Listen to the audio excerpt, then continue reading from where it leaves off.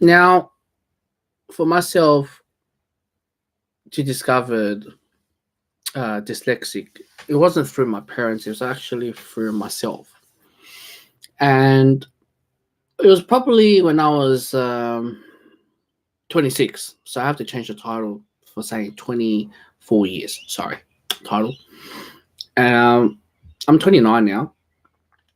So when I was 24 years old, or 25, 26, sorry, 26.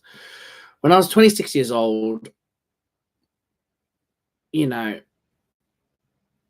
to able to understand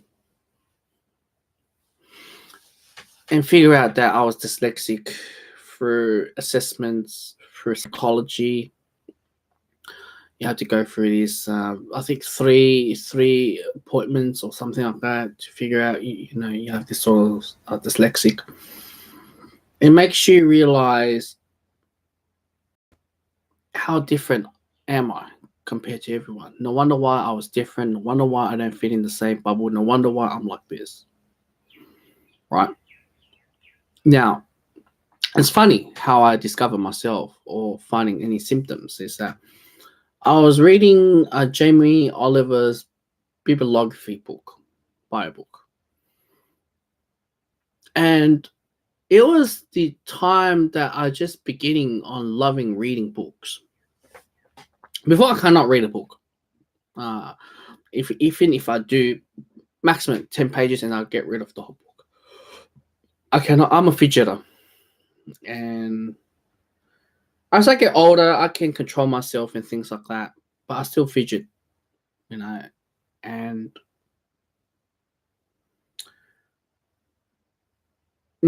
now I just had to realize, when you realize that you have dyslexic, and you go online, you go research, and people say this is a gift power, this gift skill, and you go read some library books about it, and they're saying it's a gifted, and you see things differently, you think differently, you think outside the box and things like that.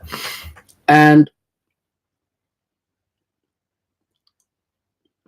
one thing that I'm really, really glad that my parents did for me is not putting medication on me. Number two, the best thing that my parents did for me is not taking me when I was 7 years old, taking me to China, because when I start hit to 7 years, if I continue with my year schooling in Australia, I probably will be forced to undergo dyslexic tests and forced to be pretty much go on to medication, and throughout all my life, I've always been a failure. And all my life, I've always been bottom in the class. And all my life, I never fit in the society. Even though I try to, it doesn't work the same, I don't know, nerve, brain length in compared to amongst others. In my life, I wish that why can't I be the rest of the monks or the others? Right? And when you try to repair this whole thing, it's very costly. These tutorings, dyslexic tutorings, they're not cheap. They're very expensive as hell.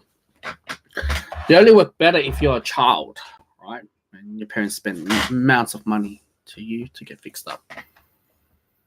And I think one of the things that hit us the biggest on me is when I was studying university for a year and a half, and especially I'm referring to last year. When everyone's assessment, we talk about it, we share a bit of, the drafts and things like that. They always say about my assessments, it's always different. It's not I think outside the box. To think inside the box is boring. Let's put it that way. I cannot pull words out of and it's very difficult. And it is very difficult to go through that phase, having 2 units that you surely outdone the teachers, because the teachers were too focused on the patriarchal feminism and, providing the wrong quotes out of the class. I'll call her cheating, but she failed me because I did not fit in the rubric, the assessment guide. And it really hurts me because I went through more than 4 or 5 different types of libraries to get my sources. To be in that little format, to be in that little thing, it's so hard because it's like a little information, and how you're going to write 2,000 or 3,000 words.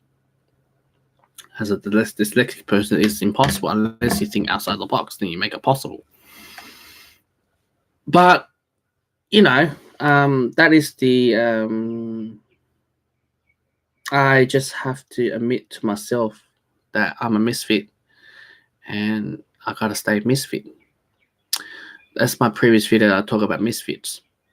Now, if you look at those who open businesses, or you look at, Rich Dad, Poor Dad, Robert Kawasaki, who stated that, A students will generally work under C and D and F students, whether C and D were supervisors or business owners.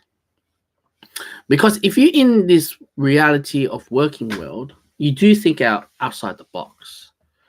But most of the high academia work students, they never get learned to think outside the box because they've been punished all the way through. But I'm asking myself, I'm at the age of 29, I'm getting nowhere now. And hopefully, I can get somewhere in life. But you feel like a letdown when you're dyslexic, not knowing your maths, not know how to read and write. And eventually, at the stage you know how to read and write, it's already too late. So it's very difficult, to go through. But you just got to accept that, because that is who am I,